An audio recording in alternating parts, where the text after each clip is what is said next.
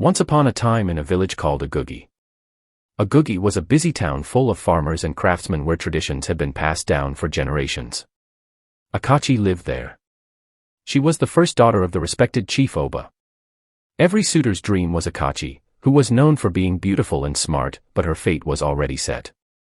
Akachi was promised to Okachukwu, the son of a rich chieftain from a nearby clan. The union would improve formal ties between the two tribes, securing peace and wealth for years to come. But Akachi's heart longed for someone else. Namdi was her secret love. He was a hunter and came from a poor family. Even though he wasn't rich, Akachi loved Namdi because he was brave and kind. For months, they met behind the big mango tree, where no one could see them. Even though they knew it was wrong to love each other, the connection between them was greater than the rules. One evening, during one of their secret talks, Namdi explained his plan. He said in a low voice, "We can leave this place. There's a village beyond the great river where no one will judge us for loving each other. Will you come with me?" Akachi paused. Despite her love for Namdi, she felt the burden of her duties. Could she leave her family, her people, and the safety of their future for love? As they split that night, neither spotted a shadowy figure hiding behind the tree, a spy sent by Okachukwu. The story of Akachi's illegal love spread through the town like wildfire. Chief Oba, angry and ashamed, called his daughter. "Akachi," he roared, "have you no shame? Your betrayal threatens the peace that we have worked so hard to build." Tears streamed down Akachi's face. "Father, I do not wish to dishonor you, but I cannot marry a man I do not love." Chief Oba would not hear it. He ordered that Akachi's marriage to Okachukwu would take place in 3 days, sealing her fate and the union. Desperate, Akachi sent word to Namdi, asking him to meet her at their tree that night. When they met, Namdi's face was grave. "We must leave tonight," he said.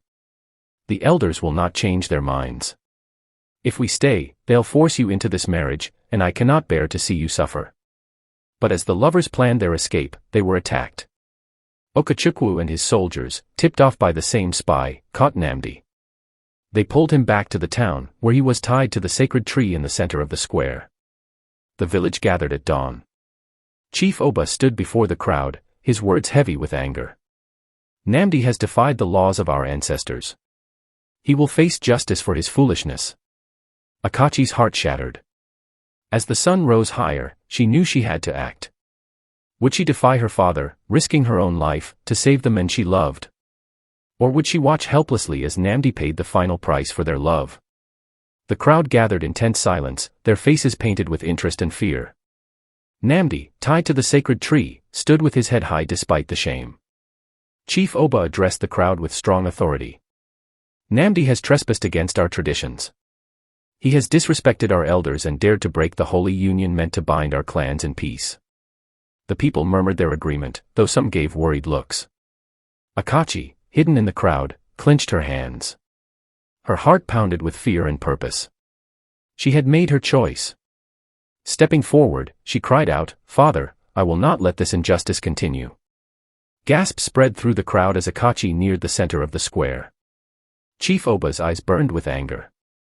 "Akachi, you will not shame this family further. Return to your place." But Akachi stood tall. "I love Namdi," she said, her voice steady. "I will not marry a man I do not love, and I will not watch as the one who holds my heart is punished for loving me in return. Is this what our ancestors would want, a marriage built on lies and pain?" The crowd muttered again, louder this time. Akachi's words sparked something within them. Elders looked at one another nervously, and even Okachukwu was surprised by her audacity. Chief Oba's face softened for a moment before his power returned.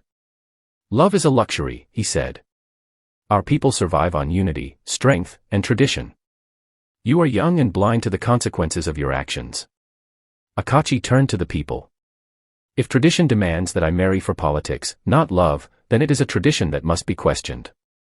Are we to be slaves to the past, or can we respect the ancestors by building a future with truth and compassion?" As the sun reached its peak, the air grew heavy with stress. One of the elders, a wise woman named Neka, stepped forward.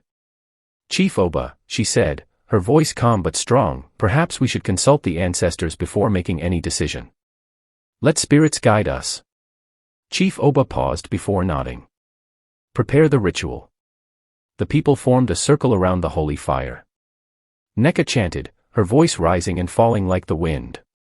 Smoke floated and the flames danced as if alive. The people watched in wonder as the fire faded, leaving only glowing coals. A voice, deep and powerful, echoed through the square. It was the voice of the ancestors. Love is the foundation of unity. Let not your hearts be darkened by pride and fear. Test the strength of this love, and if it endures, let it be blessed. The village burst into whispers. Chief Oba, clearly shaken, turned to Namdi and Akachi. You have heard the ancestors. Your love will be tried. If it proves true, I will accept it. Neka described the test. Akachi and Namdi must journey to the sacred mountain and collect a rare flower that only blooms under the light of the full moon. The trip was dangerous, filled with wild beasts and dangerous terrain. You have until the next full moon to return, said Chief Oba. If you succeed, your union will have my blessing. If you fail, Namdi will be vanished from the village, and you, Akachi, will marry Okachukwu. With purpose in their hearts, Akachi and Namdi prepared for their trip. As they set out, the village watched in silence, their fate resting in the hands of the ancestors, and the power of their love. Please click on the subscribe button and share to watch for the part 2.